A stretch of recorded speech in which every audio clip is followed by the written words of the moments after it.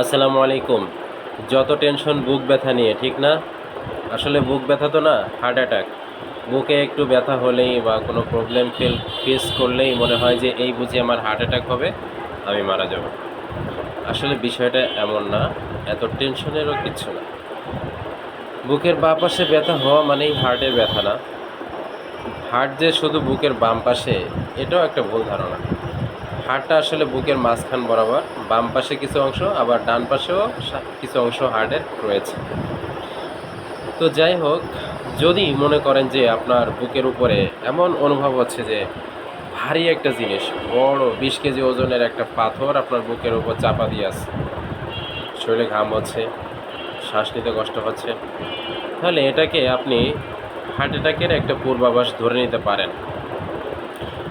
মাঝে মাঝে হঠাৎ হঠাৎ ব্যথা হয়ে ওঠা, চিনচিন করা, এগুলো মূলত হার্ট অ্যাটাকের ব্যথা নয়। তারপরেও অবহেলা করা যাবে না, চিকিৎসকের কাছে যেতে হবে, পরামর্শ নিতে হবে।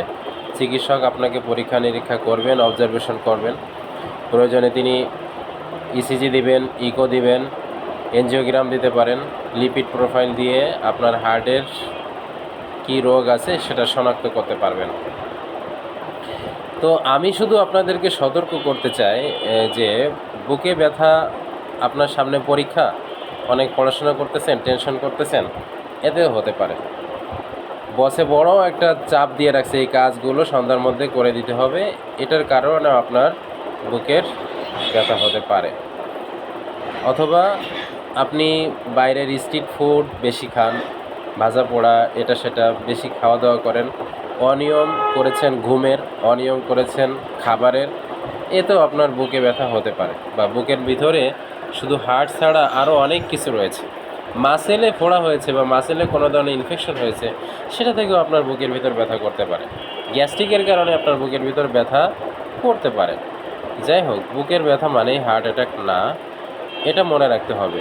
ভয় পাওয়া যাবে না, তবে অসচেতনও থাকা যাবে না, সচেতন থাকতে হবে। ডাক্তারের শরণাপন্ন হবেন এবং বিস্তারিত জানবেন, ডাক্তারের পরামর্শ অনুযায়ী চলবেন। নিজে নিজে আবার অনেক যে দুশ্চিন্তায় না থাকা, অনেকে গ্যাস্ট্রিকের ব্যথা বলে চালিয়ে দেয়, মানে নিজেকে হার্ট অ্যাটাক বা হার্টের প্রবলেম, হার্টের রোগী বলে দাবি করতে চায় না, যে না আমার হার্টে কোনো সমস্যা নাই, এটা গ্যাস্ট্রিকের সমস্যা, এটা বলে চালিয়ে দেওয়াও ঠিক না। একটু ডাক্তারের পরামর্শ নেবেন এবং নিয়ম মতো চলবেন।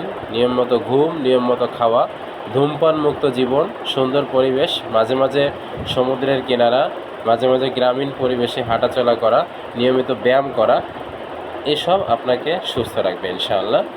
ভালো থাকবেন, সুস্থ থাকবেন। আসসালামু আলাইকুম।